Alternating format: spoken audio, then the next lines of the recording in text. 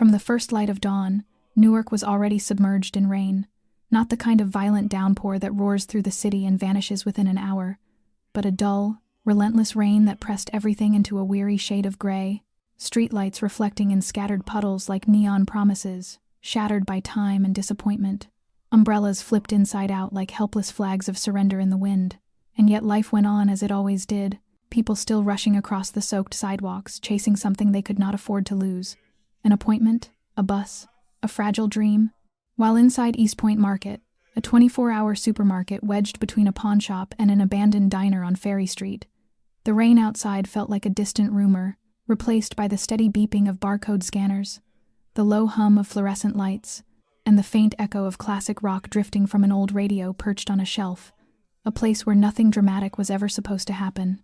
Until that night, when Claire Monroe, 29 years old, former military police, now a quiet cashier who moved through the world as if she barely existed, was only trying to survive another endless night shift and keep her fragile life from collapsing one more time. With rent nearly due, rehabilitation bills for her brother piling up like a mountain, and a job where customers rarely looked you in the eye, let alone remembered your name, until one man did. He did not shout, and he did not need to raise his voice.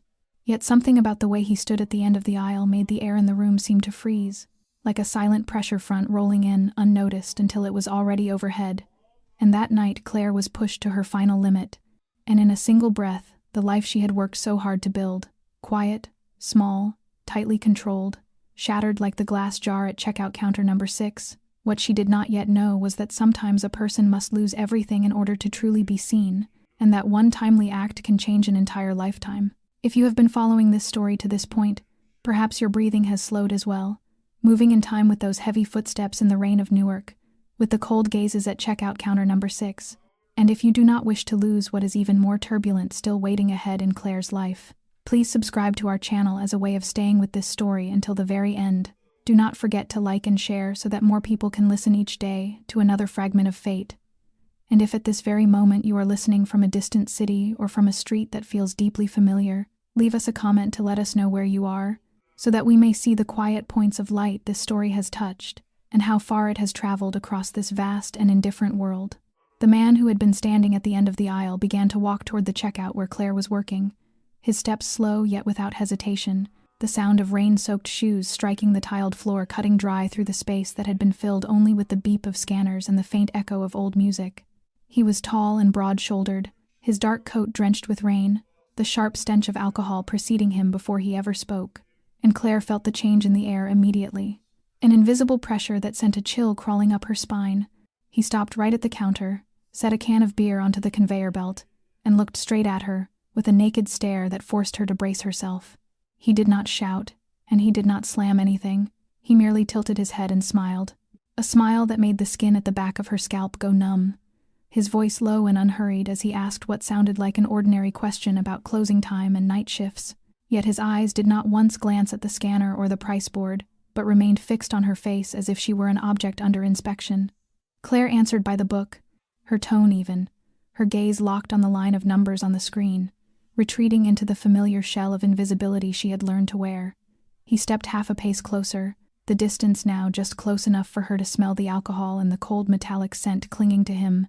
He began to speak in a half-joking, half-probing manner about how lonely night shifts were, and whether she often worked alone, his large hand resting lightly on the edge of the counter as if by accident, yet close enough to make her feel intruded upon. She took a small step back, her heart beginning to race, but her face remained carefully blank, a reflex honed over months. Other customers moved behind him through the aisles. Some cast quick glances and then turned away, no one eager to be drawn into trouble in the middle of a dull, rainy night. The man seemed to notice the avoidance in her eyes, the smile fading into a shadow of irritation. He leaned both hands onto the counter and bent closer, his voice dropping to a level meant only for her, as he asked whether she was afraid and whether she felt alone in this long, endless night shift. And in that instant, old memories flared inside Claire like lightning. The drills in the barracks, the moments of facing danger where a single mistake could cost a life. Her body tightened with a cold and precise familiarity in every muscle and breath. And when his coarse hand suddenly crossed the edge of the counter with clear intent and closed around her wrist in a brutal grip, the last trace of hesitation was severed. Claire reacted before conscious thought could even name the action. twisting her wrist at the exact angle drilled into her hundreds of times in training, driving the motion through her hips and shoulders as she forced his arm outward and stepped diagonally to create space. The movement unfolded in less than a heartbeat, clean, decisive, and merciless. Before the man could comprehend what had happened, his entire balance was wrenched off center. A sharp crack split the air as his joint locked into an unbearable position, followed by a raw cry of pain tearing from his throat by instinct. Several items on the shelf behind him were knocked loose and crashed to the floor. Claire released him at the precise moment he staggered back and collapsed onto the rain-slick and sweat-damp tiles. It had all taken only seconds, yet to those who witnessed it, time seemed to stretch to suffocation, as a dead silence smothered the store before whispers and startled gasps began to rise. The man lay on the floor clutching his arm, his face twisted with pain and fury, while Claire stood motionless behind the counter, her hands trembling faintly, her breath ragged, her eyes lit with a look she herself had believed buried long ago, and in a shadowed corner near the magazine rack someone had lifted a phone without her noticing. The lens pointed straight at her, its screen glowing faintly in the dark. Every precise movement, every instant of the man being taken down had already been captured. Claire did not see it at once. She only heard the hushed panic in the air, the shuffle of retreating footsteps, the harsh rhythm of her own breathing in her ears. She knew only that the moment had crossed the boundary of an ordinary shift, and that in those brief seconds, the invisible shell she had worn for so long had fractured. The man on the floor began to hurl broken insults through his pain and desperation, but the sounds seemed to come from very far away. Claire stepped back and leaned lightly against the inner edge of the counter, struggling to steady her breath, still unaware that the video would soon flood the internet at a speed beyond anything she could imagine, and that within a few short hours, her small, quiet, tightly controlled life would be dragged mercilessly into the light. Less than 15 minutes after the man was subdued by the store's security and taken outside, the night manager summoned Claire to the back room where the cold fluorescent light stripped everything bare and weary. He did not raise his voice, and he did not ask whether she was hurt. He simply set a tablet before her, replaying the footage from the security camera alongside a copy of the clip, already spreading across social media, with dizzying speed, comments, likes, and judgments cascading endlessly like a waterfall. Some praised her courage, others called her violent. Some even mocked that a small cashier had no right to act like a thug. Claire sat in silence with her hands on her thighs, her nails digging into her skin without her noticing.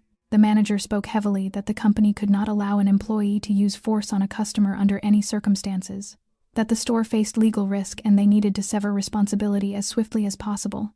Excessive response was the phrase he repeated like a hammer striking her head.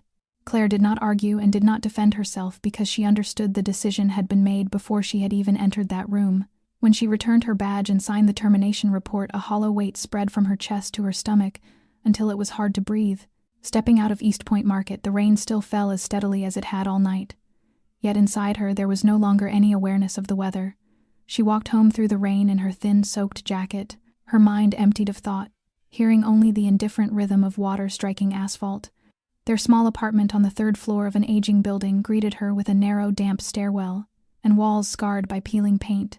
When she opened the door, the familiar scent of disinfectant and mildew washed over her as it always did. Ryan lay on the bed near the window with his rehabilitation frame propped against the wall, the night lamp casting light over his thin face. He looked up at her, worry flaring in his eyes at the sight of her soaked clothes and pale face. She smiled to reassure him, and said it was only heavier rain than usual, and that she was fine, while despair churned inside her. When he turned back to the book on his lap, she moved quietly into the kitchen, set down her bag, and took out the stack of mail from the day before, all of it bills for electricity, water, rent, and the letter from the rehabilitation center reminding her of the fee soon due. The numbers printed on the pages cut into her like cold blades, each line carving the truth into her sight that their only source of income had just vanished. She leaned back against the counter and closed her eyes, allowing herself for the first time in months to fully feel the fear rising inside her. She thought of Ryan's endless physical therapy sessions, the pain he clenched through, while still forcing a smile whenever he looked at her. She remembered the doctor's warning that if treatment were interrupted, his chance of recovery would diminish severely, and he might even lose the chance to stand altogether. Ryan's soft call from the next room startled her back. She went in and sat beside him, taking his fragile hand in hers and feeling helplessness seep into every beat of her heart as he asked whether something had happened at work. Claire shook her head slightly and said it was only a small change, that she would find another job soon and that everything would be fine, even as she herself could not fully believe those words. When Ryan drifted off to sleep, she remained alone in the darkness. Streetlight pale through the window, casting faint bands across the floor. She opened her phone and saw again the video, now watched by hundreds of thousands, where she was no longer an invisible cashier but a woman who had used force in public. Each comment slid past like a thin blade, cutting at her consciousness with praise, condemnation, doubt, and judgment. She turned off the screen and let the phone fall onto the table, burying her face in her hands, as for the first time in a long while she allowed her tears to fall in silence, knowing that from that moment on the fragile life she had guarded had been pushed beyond its last safe boundary, and that ahead lay only a dim, uncertain road, with no steady paycheck, no insurance, only the unrelenting weight of bills and a brother whose future depended on every decision she would now have to make. The next morning Claire woke after a night of almost no sleep, her eyes heavy and her throat dry, as if her whole body were resisting the effort of beginning another day. She brewed a weak cup of coffee without sugar and stood silently at the window, looking down at the damp street below. The rain had stopped, but the air was still thick, with the stale scent of moisture from days without sunlight.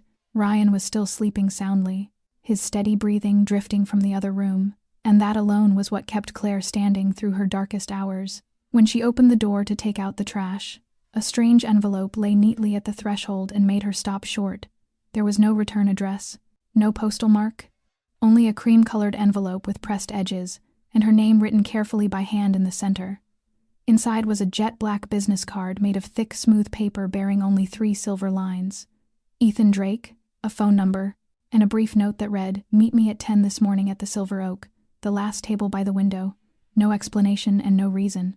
Claire stared at the card for a long moment filled with doubt. She did not know who this man was or how he knew her name, her address, even her daily routine. But what kept her from throwing the card away at once was the clear sense that this was no prank. The presentation, the font, even the faint scent of the paper evoked things she had once known in the military, in operations with special units. Claire went back to her room, put on her coat, slipped the card into her pocket, and left the old building by the rear stairwell. The Silver Oak stood on a quiet corner in the northern part of Newark, a cafe with a classic air, white-painted wooden doors, frosted glass, and small lavender pots hanging outside.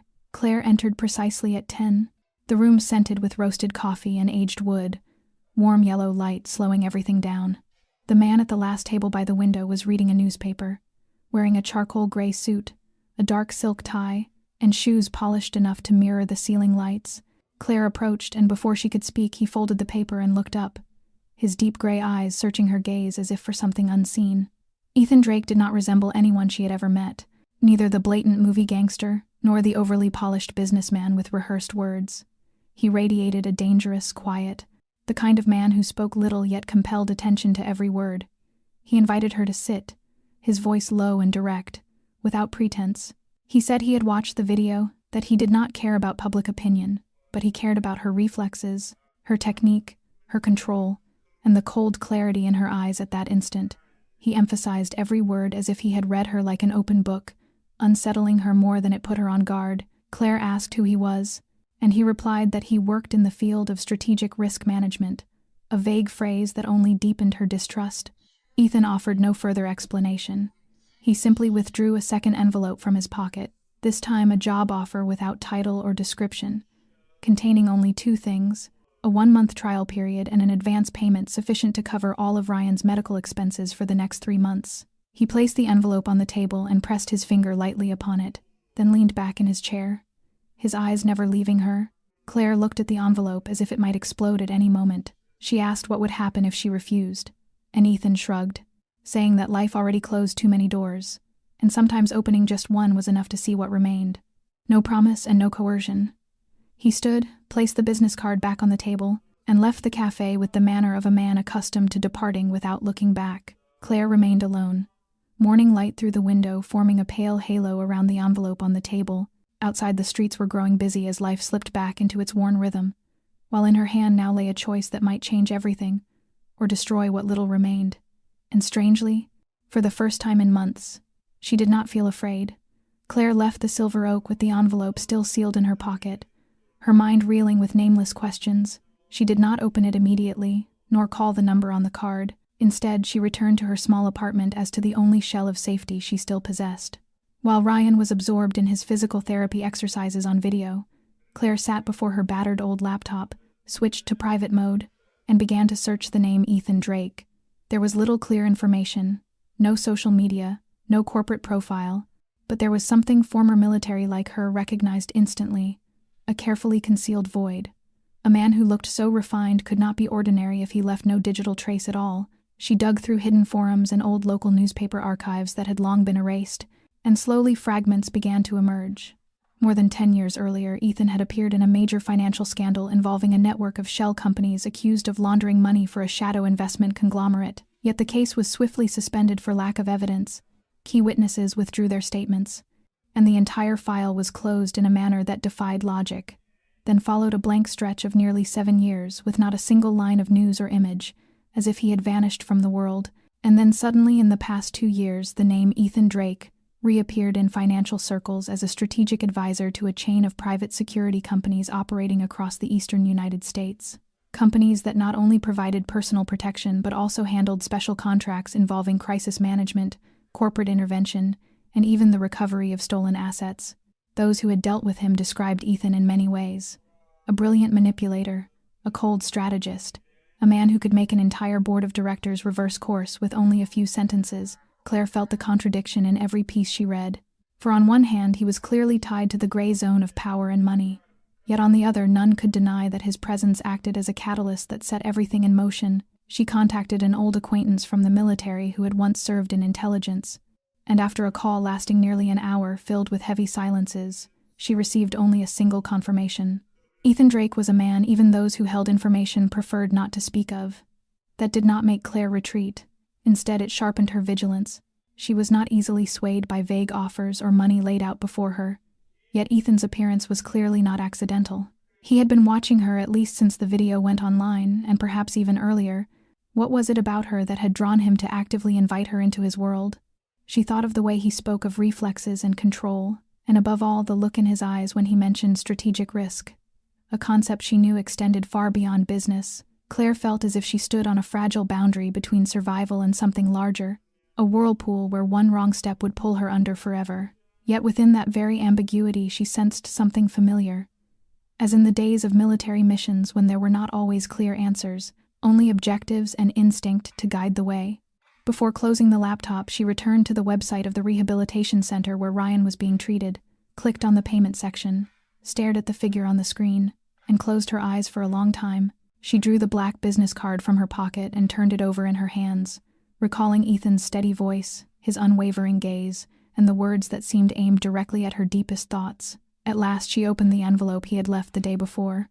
Inside lay a brief contract, a bank account already credited with the advance payment, and a single handwritten sentence at the bottom of the page. "We do not need a perfect person, only one who knows how to survive." Claire sat motionless for a long while, then lifted her phone, dialed the number on the card, and held it to her ear. The line rang exactly 3 times before the familiar voice answered. "I am waiting for you, Claire." The following morning, before the sunlight had fully broken through, Claire was already at the Silver Oak Cafe again, this time arriving first, choosing the same table by the window as the day before, ordering a black coffee without sugar, then sitting in stillness as the muted light outside filtered gently through the misted glass. Cars rolled past slowly. People drifted by with quiet faces, no one paying attention to the woman in the worn coat sitting motionless with her gaze fixed on the distant emptiness. Claire had thought through the entire night, not about danger or morality but about Ryan, about the long months of struggling in darkness and the cruelty of a world that never pauses for the weak. The door opened at 8:15. Ethan Drake entered wearing a white shirt with rolled sleeves and an ash-gray overcoat instead of a suit. His face as calm as if time itself had no effect on him. He took the seat across from her without asking, and offered a faint smile as though merely resuming a conversation briefly interrupted. Claire spoke first in a low, decisive voice, asking what he wanted from her.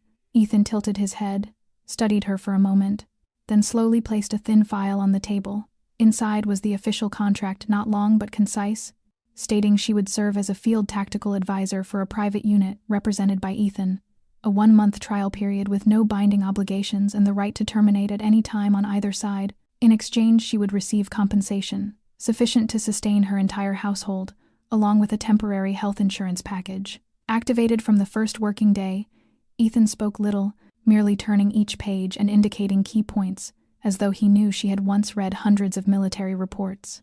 Claire listened in silence, her mind no longer a storm of anxious questions, as it had been the day before, but a chain of cold calculations, weighing risks and mapping exits. She asked where the work would begin if she agreed. He did not answer directly, but drew a small envelope from his inner pocket and placed it on the table. Claire opened it to find a photograph of a middle-aged man and a brief note listing a name, an address, times, and recent behavior. Ethan explained this was one of their partners showing signs of no longer honoring commitments, and her task was to observe and evaluate without intervening, simply record all irregularities with precision. She asked why he had chosen her, and he smiled faintly and said, because she was not the kind who talked much, and in his line of work silence was a form of strength. Claire sat a moment longer, her fingers tracing the edge of the file, her gaze resting on the coffee that had gone cold. She knew this was no ordinary job and nothing that could ever appear on a future resume, yet alongside caution and doubt a clear feeling stirred deep within her. Agency? For the first time in months, she was no longer sitting passively waiting for life to strike her down again. She lifted her eyes, met Ethan's gaze and nodded. No oath and no handshake were needed. Ethan gathered the file, rose, placed a hand briefly on the back of the chair as a wordless farewell and left the cafe. Claire remained seated, watching his silhouette fade beyond the glass, then released a long, slow breath. On the table remained a checklist, a secondary phone and a car key. From this day forward, she was no longer Claire Monroe, the unemployed former service member. She had stepped one foot into another world, where everything was ambiguous, where the boundary between right and wrong could be bent by objectives, and where only those who knew how to survive could continue on. On her first morning in this new role, Claire was directed to an office building hidden along Mulberry Street, outwardly no different from any aging structure in Newark's commercial district, with its red brick facade and simple sign reading Lexford Consulting. The guard nodded her through after scanning her access card, and the elevator carried her to the 6th floor, where everything changed completely. The trace of decay outside vanished into an interior of cold steel tones, glass and white light, every detail suggesting a system run with near-military precision. A woman stood waiting at the elevator in a gray suit with angular features and a sharp gaze, introducing herself briskly as Dana Roth, in charge of personnel and internal coordination, before leading Claire down a long corridor lined with closed meeting rooms, numbered private offices instead of nameplates, and an operations center glowing with large monitoring screens. No one seemed surprised by Claire's presence, though every glance that passed over her carried an unmistakable silent assessment. Her footsteps echoed softly on the stone floor, and her heartbeat remained steady, as it had always been when entering a combat zone. Not fear, but focus. Dana brought her to a small room at the end of the hall where 3 people waited. The security team she would work with on special assignments. Malik, tall with dark skin, eyes sharp as blades and nearly wordless. Jules, a compact, muscular Latina with cropped hair and a half-smile that never faded. And Benji, the youngest, a systems engineer and technical overseer, with an awkward manner but lightning-quick eyes. Dana made brief introductions and left Claire with them, reminding them that everything here was recorded, even what no one saw. Malik spoke first, bypassing pleasantries and going straight to the point, asking whether Claire had ever supervised field operations and how she handled unexpected situations. Claire answered concisely, describing a few missions from her time as military police, and when she mentioned breaking through an encirclement in a lawless zone, Malik's eyes softened slightly. Jules focused instead on hand-to-hand skills and rapid adaptability, posing scenario after scenario as though testing Claire's mental reflexes. Claire neither evaded nor boasted, responding only as much as necessary, and that restraint earned Jules's small nod of acceptance. Benji was different. After checking Claire's file in the system, he launched into an excited explanation that her profile had been marked with special priority clearance, and that Ethan Drake had never granted Level 1 access to a new recruit within the first. A week before, Claire said nothing but understood clearly that her arrival was no accident, and that every step she took was under close observation. After the introductions, the team was summoned into a secure briefing room to receive their orders, where Ethan appeared for the first time in a leadership role before the whole unit. He did not stand, but sat at the head of the table, turning each page of the file, and speaking in a calm, even tone, more like instruction than command. He emphasized the core principle of the organization: absolute neutrality, no personal emotional interference. all decisions based solely on risk analysis and final effectiveness. Claire listened in silence, sensing with clarity that this place did not operate by conventional legal rules, but by an unwritten law already shaped by Ethan's hand. When the meeting ended, each member received an encrypted document set, an internal communication device, and the schedule for the first week of operations. Claire returned to her apartment with 36 hours to prepare for her first mission. In a world where every gesture, every glance, and even silence itself carried meanings, never spoken aloud, she looked at the access card in her hand, knowing she had just crossed a door that could never be closed again, where the rules were written in invisible ink, and only those who could read between the lines would survive. 36 hours passed faster than Claire had expected, and when she stepped into the coordination room that morning, Malik was already waiting with a thick, sealed file in his hands. Without a wasted word, he merely glanced at her once, and motioned for her to read it immediately. Inside was the profile of her first target, Leonard Vassell, a real estate broker based in Jersey City, who had once signed a strategic cooperation agreement with Ethan Drake's financial network in exchange for protection and the laundering of a massive fortune through low-income housing development projects. The problem was that over the past 3 months, Leonard had conducted shadow transactions outside the system, transferring funds to an unidentified third organization in direct violation of the unspoken pact. Claire was ordered to follow him for 48 hours, with no contact, no exposure, only observation and reporting. She changed into civilian clothing, fitted reflective sunglasses, and hid a listening device inside a simple necklace. Benji led her to a pre-prepared vehicle outfitted with hidden cameras, GPS tracking, and a tablet directly linked to the operations hub. Claire drove to the commercial district where Leonard regularly appeared at an upscale bar called Rookwood, where he habitually drank cocktails from 3 in the afternoon until near evening. She did not rush. Instead of sitting rigidly like an old-fashioned agent, she chose a softer approach, entering the bar, ordering a soda, and taking a table near the window that still afforded a clear sightline to Leonard and the men. Approaching him, she studied every gesture, every exchange of glances between him and the 3 unfamiliar men with him. There was no handshake, no envelope passed, but when the second drink was poured, Leonard slipped a small silver USB drive from his jacket and nudged it toward the man on his left, in a movement so swift and subtle it might have escaped anyone else but not Claire. She tapped the hidden recording switch and casually returned her attention to her phone. When the 3 men departed, Claire rose as if by chance, brushing lightly against Leonard's shoulder with a murmured apology, while her hand planted a tiny device like a shirt button along the edge of his suit pocket. The device would capture all sound within a 1-meter radius for 12 hours. When Leonard returned to his table unaware he had been tagged, Claire had already left the bar, entered her car, and driven 3 blocks out of the way to ensure she was not followed. Back at headquarters, she delivered all collected data to Benji for analysis and cross-checking with transaction surveillance. 1 hour later, Ethan personally summoned her to the conference room, where he asked little, only studying her with a faint smile and inquiring about her impressions of the first assignment. Claire replied that everything had proceeded according to plan, but that Leonard's behavior suggested not fear of being watched but confidence in protection from another source. Ethan nodded, said nothing further, yet satisfaction glimmered discreetly in his eyes as he closed the file and remarked that the next task would be more complex, and that her decision to observe rather than intervene was a good sign. Leaving the room, Claire did not feel the relief she might have expected, for she understood clearly that what she had witnessed was only the visible crest of a far larger iceberg. What surprised her instead was how unfamiliar this environment no longer felt. She was not merely surviving within it, she was beginning to sense the rhythm beneath its quiet surface. And for a fleeting moment, as she caught her reflection in the corridor mirror, she realized her eyes no longer belonged to a forgotten cashier, but to someone learning to control the game.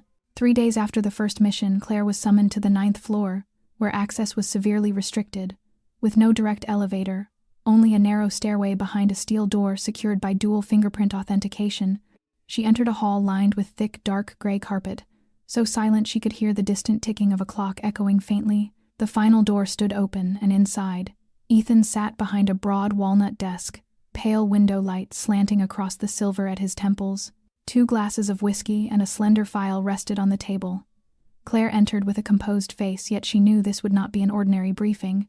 Ethan poured whiskey into her glass and watched in stillness as if weighing each breath, before finally speaking in a calm, deliberate tone that in the past 3 years no one had executed a first mission as effectively as she had, not merely in outcome but in approach control, and above all in the absence of any need to prove herself. He said that in this line of work, silence was not weakness but the sharpest weapon. Claire remained quiet, accepted the glass and sat opposite him, her gaze unwavering. Ethan leaned back, one arm draped over the chair, as the conversation shifted towards something more personal, and he spoke of his early years when everything could be bought with money or threats, when he believed power meant control and coercion until he nearly lost his life in an internal purge. That moment, he said, had changed him forever. True strength, he explained, lay not in what one was capable of doing, but in choosing when not to act, because the more power one holds, the easier it becomes to fall into the illusion of invincibility, and that illusion is the blade that kills. From within, power must be disciplined, he said, looking directly at Claire, each word like an unbreakable law. Discipline is what keeps us from becoming monsters, and if we do not discipline ourselves, the world will discipline us in the cruelest way possible. Claire said nothing, yet the words carved deeper than any order she had ever received. Not merely a philosophy, but a map for survival within a system where moral boundaries were endlessly bent. Ethan rose, walked to the shelf behind him, withdrew a small wooden box and opened it for her to see. Inside lay insignia and relics from past major operations, each representing a decision of life or death. He handed her a badge shaped like a dragon, coiled around a blade, saying it was reserved only for those who had crossed from observer to architect. Claire took it without haste, studying it in silence as if listening to the weight of history behind it. Ethan said the 1-month trial was not yet over, but he already knew the answer, that she was not built to simply follow orders but to read them even before they were written. Before she left, he gave her another file, not a target this time, but a map of the partner network along the entire eastern seaboard, where she would begin to hold authority to propose risk evaluations, no longer observing, no longer new, but part of strategy itself. Claire exited the room holding the badge and a mission without a defined end date. The corridor as quiet as when she had entered. Yet now her footsteps carried certainty, not because she believed completely, but because she was beginning to understand the rules of the game, and in a world where everything was metaphor, discipline was the only lamp that could guide one through the darkness. 3 days after her conversation with Ethan, Claire was summoned to the 3rd floor, an area she rarely set foot in, known as the Internal Control Unit, where Dana Roth received her with a face hardened into an emotionless mask, offering no explanation and no prepared briefing, only a brief, meaningful glance before leading her into a large room washed in cold light, with walls of one-way glass, beyond which another room lay separated by bulletproof glass. Inside it, a man sat bound to a chair, his face bruised and swollen, blood running from the corner of his mouth down the front of what had once been a white dress shirt now stained a deep red. Claire recognized him at once. Riley Ward from the information gathering team, whom she had met once during a data integration briefing 3 weeks earlier. A man known for being polite and easygoing, not the type who drew suspicion. Dana handed Claire a file containing evidence that Riley had illegally copied sensitive internal files onto a personal device, including partner lists, off-the-books financial transactions, and even top-secret activity logs. Claire turned each page as her stomach tightened, not because of what she read, but because of how fast everything had unfolded. Riley had been detained only 18 hours after his last system access, his actions flagged not by human oversight but by a surveillance algorithm designed by Benji. Inside the glass room, Ethan sat across from Riley, no shouting and no threats, only short, measured questions like a silent trial. Riley kept his head lowered, did not deny anything, yet showed no sign of fear, admitted he had transferred the data to a third party but refused to name them, repeating only that the system had gone beyond its original mandate and that he felt obligated to expose the truth. Claire felt herself go still. This was no longer a simple breach, but a collision between principle and loyalty.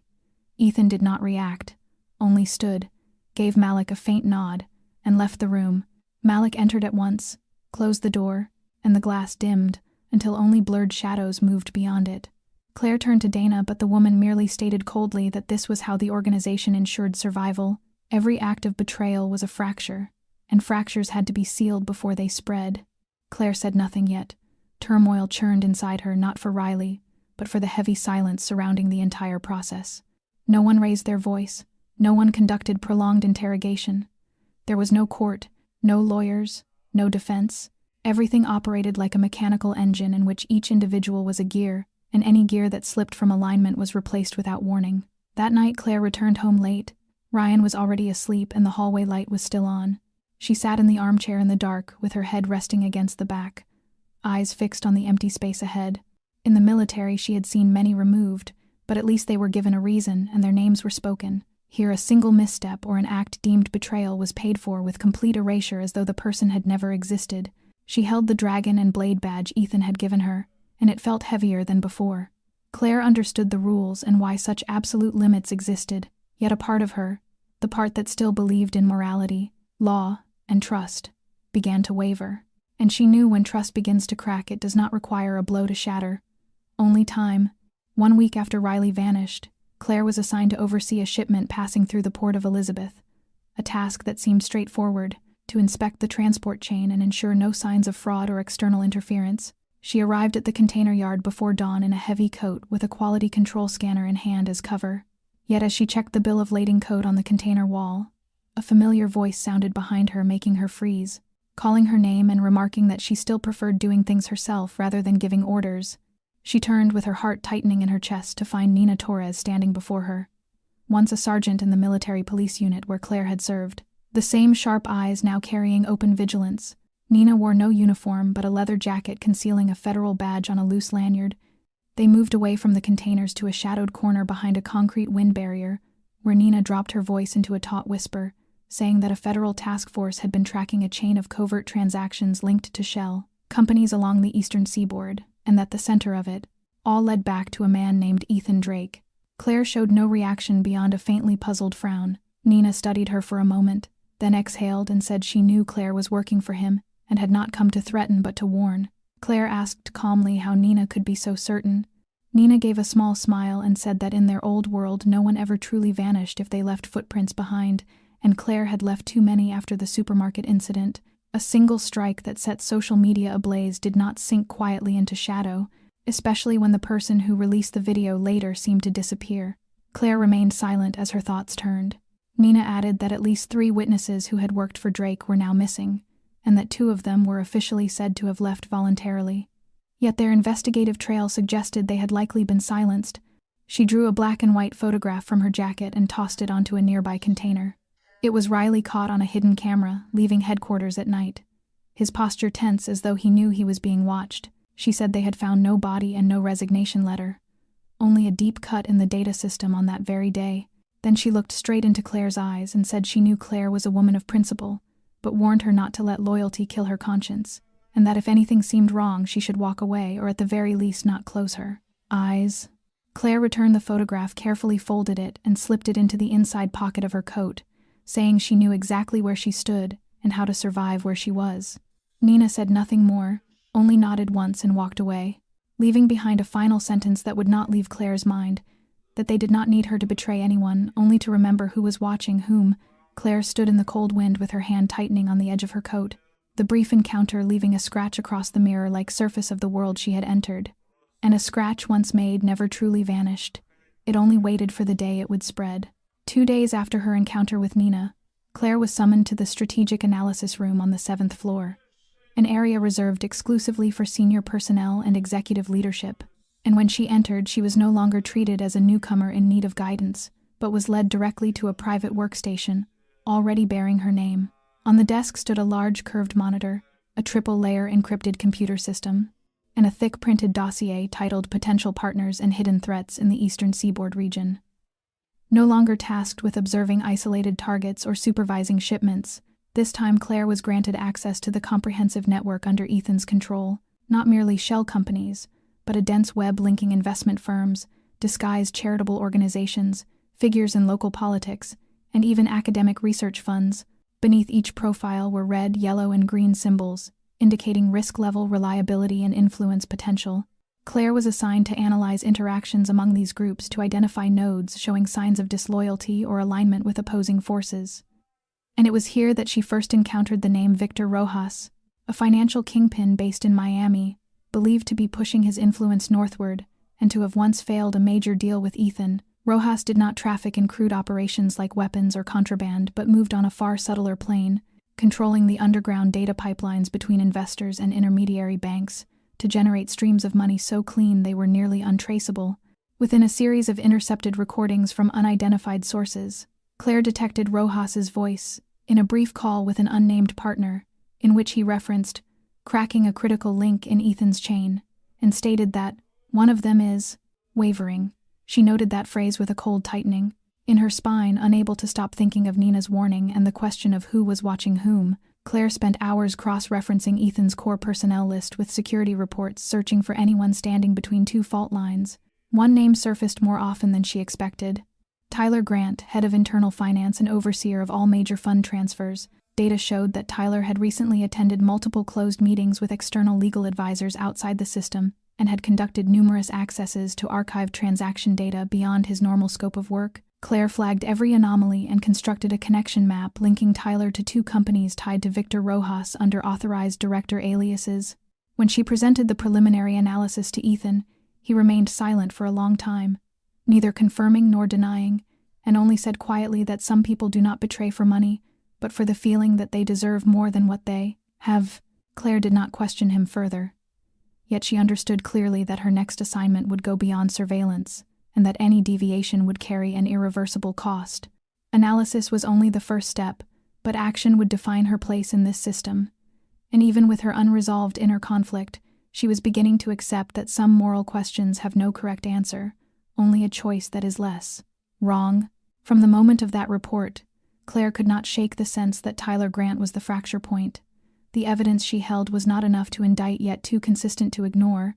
It began with a shadow transaction 6 weeks earlier, a near-invisible sum routed through 3 layers of accounts before terminating at a company whose registered address matched Victor Rojas's satellite office in Atlanta.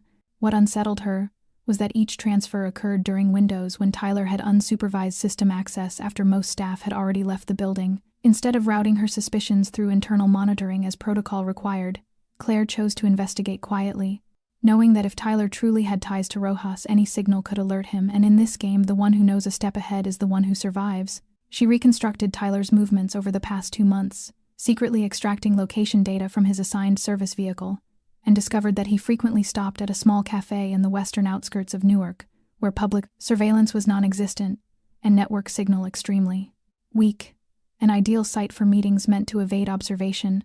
One Tuesday afternoon, Claire remained in the analysis room and activated real-time tracking through the positioning system, and when Tyler's car appeared at that very cafe, she decided to move.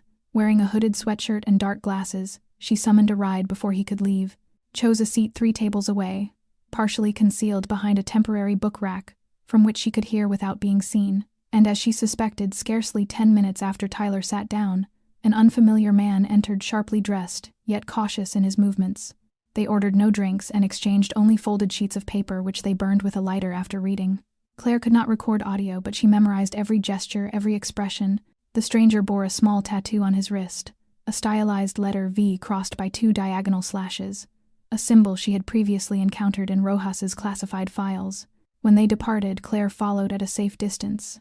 As the stranger drove an unplated car toward the abandoned industrial zone along the Passaic River, once territory of a now dissolved criminal faction, she did not pursue further, lacking operational support, but the GPS data and rapid images were transmitted into a secure, separately encrypted archive. That night, Claire returned to her office, reopened every transaction associated with Tyler, and began constructing a detailed connection chart. With each node she linked, she moved 1 step closer to the truth, and the name Victor Rojas surfaced with a density surpassing all others. She knew Ethan already suspected, yet either lacked sufficient proof or was choosing to wait, perhaps, to see how far Claire would go. But for her, this was no longer a political game. It was a moral survival battle. If Tyler was the traitor, he was not only selling out the system, but posed a direct threat to her and to anyone still clinging to the fragile boundary between order and chaos. Claire printed the entire analytical report and stored it separately in a biometric locked safe disconnected from any network. She did not intend to submit it yet. She needed one final piece, a single element capable of ending the board in one decisive strike. And as the entire system continued to operate as normal, she knew she was walking a wire suspended between 2 abysses where one misstep could drag her into a darkness with no return.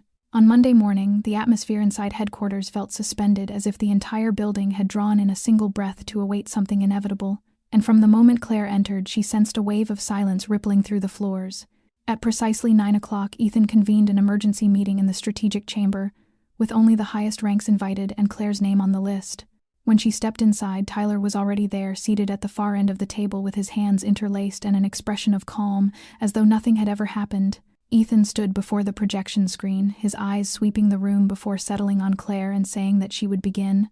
Claire rose, holding the carefully numbered file, each page of analysis laid out with precision, without conjecture. Only facts, time, location, connection, maps, transaction, data surveillance, images, and finally the clip extracted from the cafe, camera showing Tyler meeting the man bearing Victor Rojas's tattooed symbol. The room fell into absolute stillness. Tyler did not look at Claire but fixed his gaze on Ethan. When Claire finished, Ethan said nothing at once, only reached for the control, and with a single press revealed an additional layer of data. Encrypted messages between Tyler and an anonymous account containing keywords matching a Level 3 system infiltration plan. Ethan asked in the same unaltered voice whether Tyler had anything to say. Tyler leaned back, his eyes sharp as blades, and said he had served the system for more than 10 years and understood it better than anyone present, and precisely because of that he knew it was rotting from within, that he was not betraying it but trying to save it from the absolute control Ethan was imposing. Ethan nodded without argument and replied that this was why Tyler had sold information to Victor Rojas, who was attempting to build a parallel black financial empire alongside them. Tyler curved his mouth and said he called it strategic exchange. For a brief moment, Claire thought Ethan would explode in anger, but instead he merely inclined his head toward Malik. Malik stepped forward, placing a hand on Tyler's shoulder, and said he knew the procedure. Tyler rose slowly, his final glance resting on Claire as he remarked that he had warned her and hoped she would remember him when she realized she too was only another piece on the board. Claire said nothing and watched as Malik led Tyler from the room without handcuffs, without shouting, just a retreat that could not be undone. When the door closed, Ethan turned to the others and said that trust was the most valuable asset in the system, and once broken it could never be restored. He looked long at Claire and told her that she had proven her worth, and from now on had Level 2 access. No one objected, and Claire sank back into her seat, her breathing still heavy, yet her heart lighter than it had been in a long time, not because of victory but because she had crossed a crucial threshold by facing betrayal directly and choosing the most uncomfortable side. That night back at home, she opened her personal computer, entered her private code, and wrote a single line into her digital journal that Tyler had fallen, and she still stood, yet the cold in his eyes would likely follow her for years. 3 days after Tyler vanished from the system, Claire found an unmarked envelope placed directly on the doorknob of her third-floor apartment in the old complex with no one seen delivering it, and no camera capturing any unusual motion. Inside was a blank sheet, printed with a single sentence in antique typewriter font, stating that she had proven her mettle. But the true question was, what she was truly loyal to. Beneath it lay a string of digits and the symbol of 2 slashes cutting through a letter V.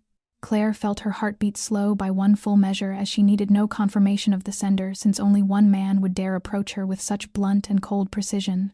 Victor Rojas. In the world of shadow power games, an invitation is never simply an invitation, but a test, a means by which an adversary measures moral boundaries and hidden weakness. Claire did not inform Ethan and instead saved the number into an offline backup phone under the alias Lydia Smith. At 10 o'clock the next morning when she called, a middle-aged male voice answered, gentle, polite, and utterly devoid of emotion, calling her by her true name without asking for identity or confirmation. He said they were not surprised that she had discovered Tyler, but that she was in fact merely cleaning up consequences rather than controlling the board, and that she was capable of more. Claire responded with a silence long enough to suggest contemplation. Victor continued in a lowered tone like a whisper to someone waking from a dream, saying that Ethan Drake was a master manipulator of loyalty, but that he did not create power, only accumulated it by making others feel indebted, and that Claire owed Ethan nothing and could have a future of her own in her own way. Claire asked in a calm that surprised even herself whether she was meant to begin with betrayal. There was a pause, and then Victor laughed softly, not in mockery nor amusement, but as if he had expected the question and said he did not call it betrayal. He called it repositioning.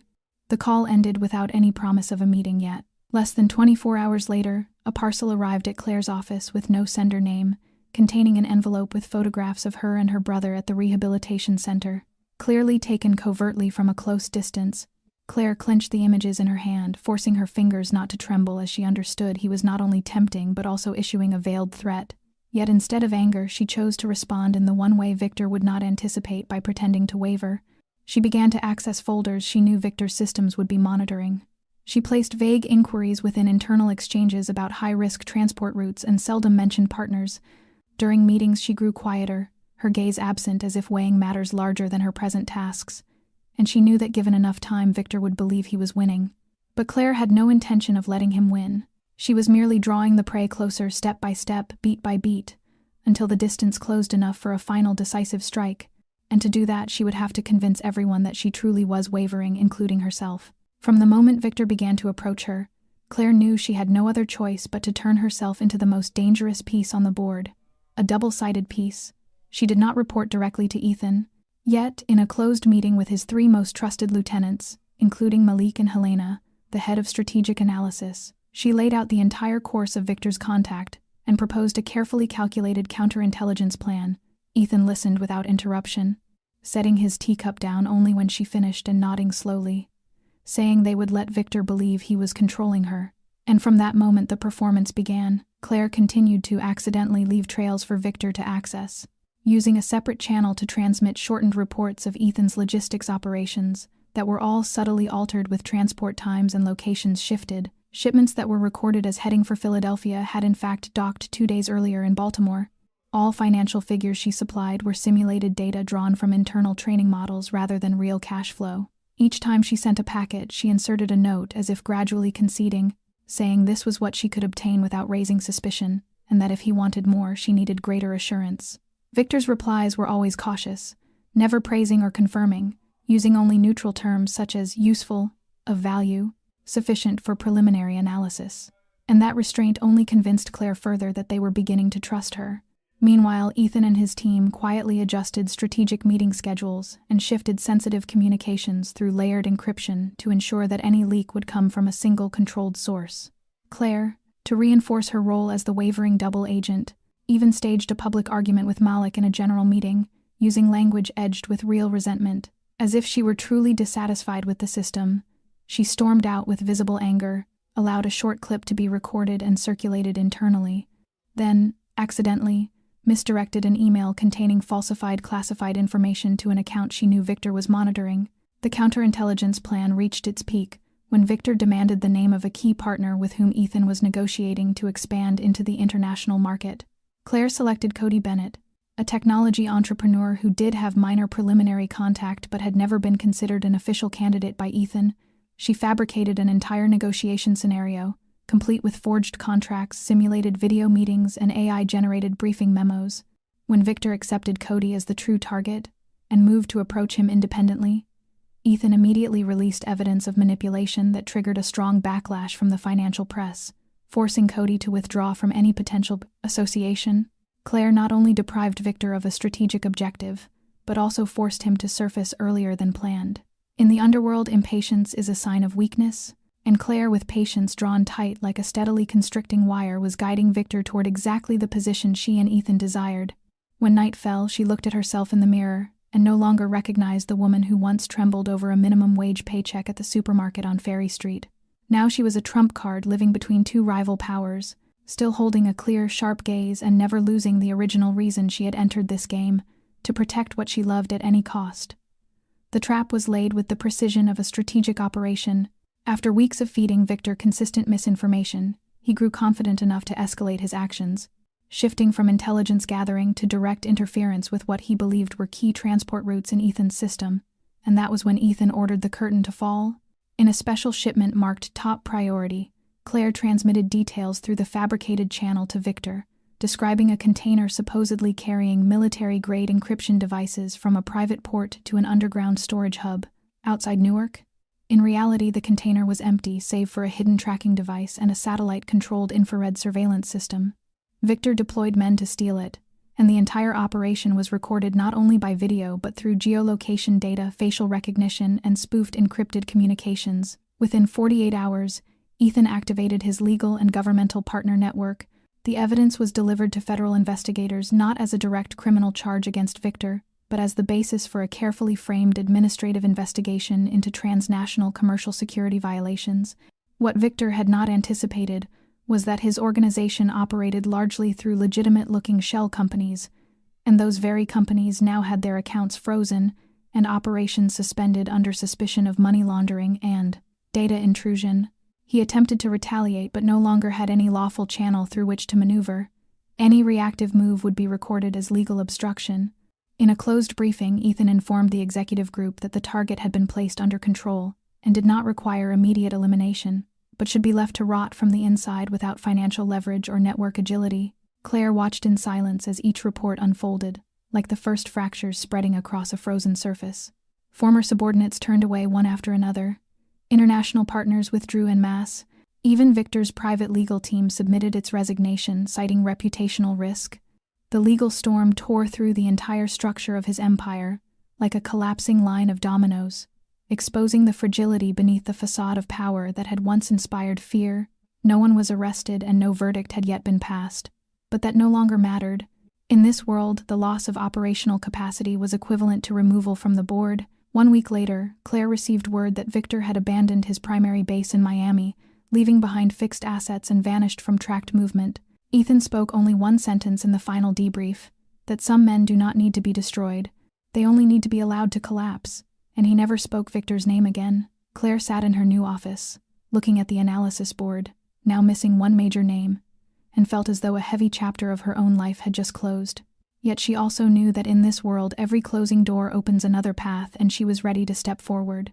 The storm had passed, yet its traces still smoldered in every corner of the walls, in every cautious glance exchanged between colleagues, and in the quiet way everyone rechecked security layers once thought impenetrable, and Ethan Drake was now not only spotless on paper but tacitly acknowledged as the sole figure formidable enough to survive and thrive in a world where a single misstep could cost an entire empire. And after Victor was removed from the game silently yet completely, Ethan swiftly restructured the entire internal system, severing branches once tainted by old connections, while reinforcing strategic alliances with new legally binding commitments.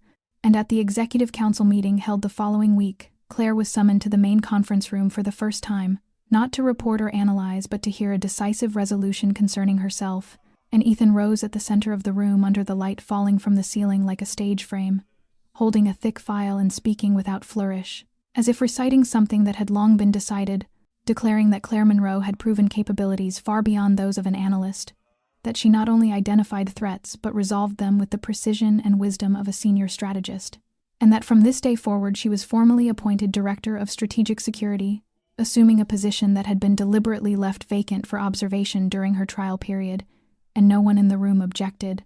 Malik smiled with eyes no longer those of a guardian but of a true comrade. Helena nodded slowly as though witnessing a chess match completed with the final correct move, and Claire remained seated with both hands on the table, feeling each second pass like a heavy stone being lifted from her shoulders. For she had not followed a conventional path nor climbed a standard ladder of promotion. She had entered through a door forged in storm and doubt, and those very forces had tempered her into someone indispensable. And in the weeks that followed, she moved into her private office on the 16th floor behind one-way glass overlooking the entire digital surveillance system now fully under her authority, commanding 2 specialized units beneath her, one for internal breach control and one for external threat analysis. And she did not merely read reports, but rewrote rapid response protocols, built simulation procedures, and established a clear ethical standard for the renewed security system. And on some late nights, she stood by the window gazing at the sleeping city below, remembering the rain of that day, the damp smell of the market, and the instinctive punch that had changed everything, for she was no longer someone waiting for fate to arrive, but someone shaping it for herself and for the system she had chosen to serve. And one late afternoon, Ethan entered her office with 2 cups of coffee, and quietly warned her not to let power blur her vision, and Claire took the cup without looking away from the view, and replied calmly that she would not forget what had brought her here. And within her, something bloomed once more. Not ambition, but the quiet realization that at last she was no longer invisible. And 3 months after formally assuming her new role, Claire Monroe held in her hands the final invoice from Ryan's Rehabilitation Center and smiled. For there were no longer red figures in the corner, no payment reminders, no heavy morning phone calls, only a full settlement confirmation and gratitude for the journey shared. And she folded it carefully and placed it into a small wooden box, long since kept locked, where she stored all reminders of a life once lived in hardship. And Ryan was improving each day, no longer bound to constant therapy yet still attending yoga and group sessions, his once panic-shadowed face now steady again, with eyes lighting up, each time Claire crossed the threshold. And they had moved into a new apartment in Ironbound on the 3rd floor with a small balcony, just large enough for 2 chairs and a wooden tea table. Modest yet bright with morning sun and quiet at night, a stark contrast to the cramped rental on Ferry Street. and Claire selected each item in the new home with a silent deliberation, as though every detail were a reward for the long road she had traveled. And one Saturday morning, while brewing coffee, Ryan suddenly said that for the first time in his life he felt okay, and Claire said nothing, only resting her hand on his shoulder and squeezing gently. For their lives had turned a corner, no longer fleeing or evading, but patiently rebuilding a solid and directed foundation. And each day Claire arrived at the office at 8 in the morning without the old weight in her steps as she took the elevator to the 16th floor, opened the glass door bearing the etched name, Claire Monroe, Director of Strategic Security, and sat at her desk amid living data screens and monitoring panels, meeting operational teams, reading risk reports, and often being invited into high-level conferences with organizations she once knew only from the news. And each time she entered a boardroom, she was no longer the silent figure in the back, but the one consulted and the one who decided. And one late evening, returning home, she caught her reflection in the mirror with hair neatly pinned, eyes sharp and composure serene, and realized she had changed not into someone else, but into a fuller version of herself, no longer merely the woman behind a checkout counter bracing silently against life, but the one actively steering it. And on a quiet weekend evening, Claire and Ryan sat on the balcony, each holding a cup of tea with the distant city lights shimmering before them and the breeze stirring the white curtains behind. And Ryan said he believed she had achieved what no one thought possible, and Claire, without turning, replied that not everyone needed to believe in her so long as she herself never gave up. And that night, in the stillness of their new home, Claire dreamed of a straight road stretching between two rows of trees with no one chasing and no hurried footsteps behind, only herself with a light backpack and unburdened steps moving forward. And for the first time she dreamed a dream without rain. On a Sunday morning, Claire Monroe sat alone in the small familiar cafe on Market Street, a hot cappuccino before her with steam rising to veil the large window in a soft blur. Outside, the sky was clear with pale sunlight, and the early winter chill lingered only in a gentle breeze, brushing past the last leaves that had not yet fallen. She watched the flow of people passing by and felt a strange, quiet stillness rise within her, wondering how long it had been since she last sat like this in true calm without fear of what might come next. No more night shifts, no more worry about rent, no more sleepless nights haunted by relentless anxieties like endless rain. She had traveled from a woman forgotten and invisible in the eyes of the world to someone who now made decisions, someone trusted and listened to. Every step she had taken was a choice, sometimes in pain, sometimes in silence, but never in fear. She was no longer carried by the current. She had become the one who created the waves, the memories of the rain-soaked supermarket, of the instinctive punch that changed everything, of the first time Ethan Drake looked at her as if he saw something buried deep inside, all now replayed like an old film in slow motion. Each frame still painfully clear. She was not merely given a chance. She had claimed it with her own courage and resolve. And if there was one greatest lesson this journey had taught, it was this: no one is born invisible. Sometimes the world simply has not yet learned how to see you, and to make them see you do not need to shout. You only need to stand firm, keep walking, and never stop moving forward.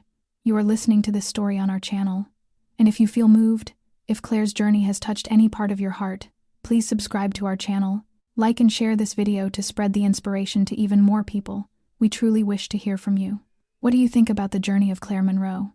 Does it reflect something in your own life? Have you ever felt invisible and had to walk through the darkness alone?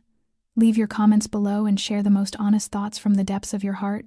We cherish every feeling and every word you offer. Thank you for accompanying this story to its final moments. We look forward to seeing you again in our next videos, with many more emotional and inspiring stories. We wish you good health, a peaceful, happy, and fulfilling life each day. Goodbye, and see you again in the next video.